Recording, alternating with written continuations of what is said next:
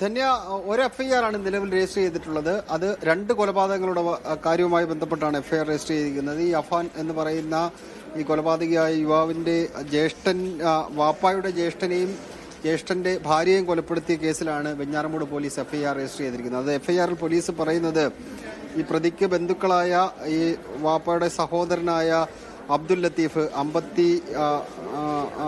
ലത്തീഫിനെയും ഭാര്യയായ 57 വയസ്സുള്ള സാജിദ ബീവിയെയും കൊലപ്പെടുത്തണമെന്ന ഉദ്ദേശത്തോടു കൂടി 24/2/2025 8:50 മുമ്പ് ഏതോ ഒരു സമയത്ത് വീട്ടിൽ അതിക്രമിച്ച് കയറി ഏതോ ഒരു മാരകായുധം ഉപയോഗിച്ചുകൊണ്ട് കൊലപ്പെടുത്തിയെന്നാണ് സൂചിപ്പിക്കുന്നത്. മാരകായുധം ഏതാണ് എന്ന് പോലീസിന് കണ്ടെത്താൻ വേണ്ടി കഴിഞ്ഞിട്ടില്ല. മാരകമായ പരിക്കേൽപ്പിച്ച് കൊലപ്പെടുത്തി എന്നുള്ളതാണ് FIRൽ നമുക്ക് കാണാൻ കഴിയുന്നത്.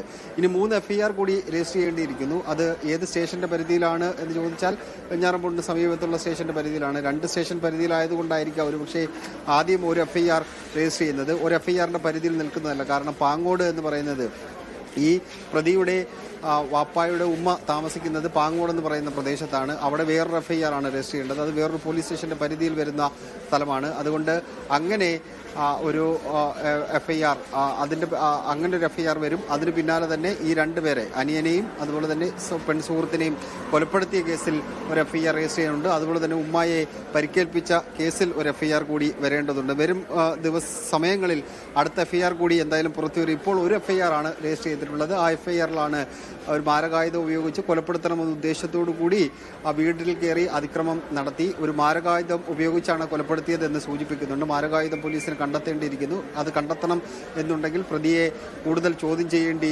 ഇരിക്കുന്നു. മെഡിക്കൽ കോളേജിലാണ് നിലവിലുള്ളത്. ആറ്റിങ്ങൽ DYSP അടക്കമുള്ളവർ സ്ഥലത്തുണ്ട്.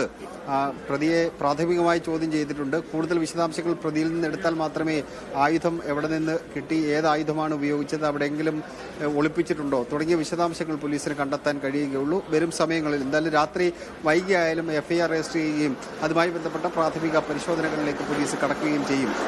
ധന്യവാദം. ഇതിൽ കുറച്ചുകൂടി വ്യക്തത വരേണ്ടത്, ഇപ്പം കഴിഞ്ഞ ദിവസം ഒരു ആത്മഹത്യക്ക് ശ്രമിച്ചിരുന്നു എന്നൊരു കാര്യം പറയുന്നുണ്ടല്ലോ, അതിൽ കൂടുതൽ വ്യക്തതയുണ്ടോ? ആത്മഹത്യ നേരത്തെ പ്ലാൻ ചെയ്തതിന് ശേഷം ഇയാൾ കൊലപാതകം ചെയ്തിട്ട് വന്ന ആത്മഹത്യ എന്നതൊക്കെയായിരുന്നു. അങ്ങനെ എന്തെങ്കിലും ഒരു വ്യക്തത ഇതിൽ വരുന്നുണ്ടോ? അതുമായി ബന്ധപ്പെട്ട് അന്വേഷിച്ചിട്ടുണ്ടോ?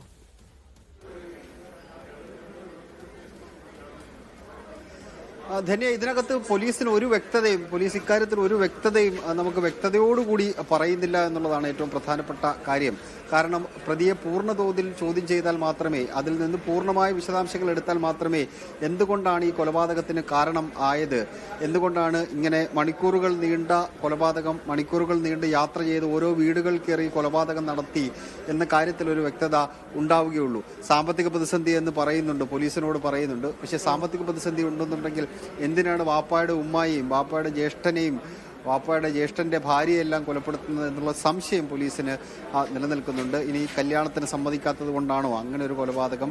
ഈ പെൺകുട്ടിയെ വീട്ടിലേക്ക് കൊണ്ടുവന്നതിന് ശേഷം ആ പെൺകുട്ടിയെ എന്തിനാണ് കൊലപ്പെടുത്തിയത്? ഇതിലൊക്കെ പോലീസിനൊരു സംശയം നിലനിൽക്കുന്നുണ്ട്. എന്തായാലും വിശദമായ ചോദ്യം ചെയ്യൽ പ്രതിയെടുത്ത് നടത്തിയാൽ മാത്രമേ ഇതിന്റെ യഥാർത്ഥ കാരണം വ്യക്തമാവുകയുള്ളൂ. അത് പോലീസിന് ഇപ്പോഴൊരു അവ്യക്തതയിലാണ് നിലനിൽക്കുന്നത്. അതുകൊണ്ടാണ് കൂടുതൽ കാര്യങ്ങൾ അവർ തുറന്ന് പറയാത്തത്. തന്നെയാണ്.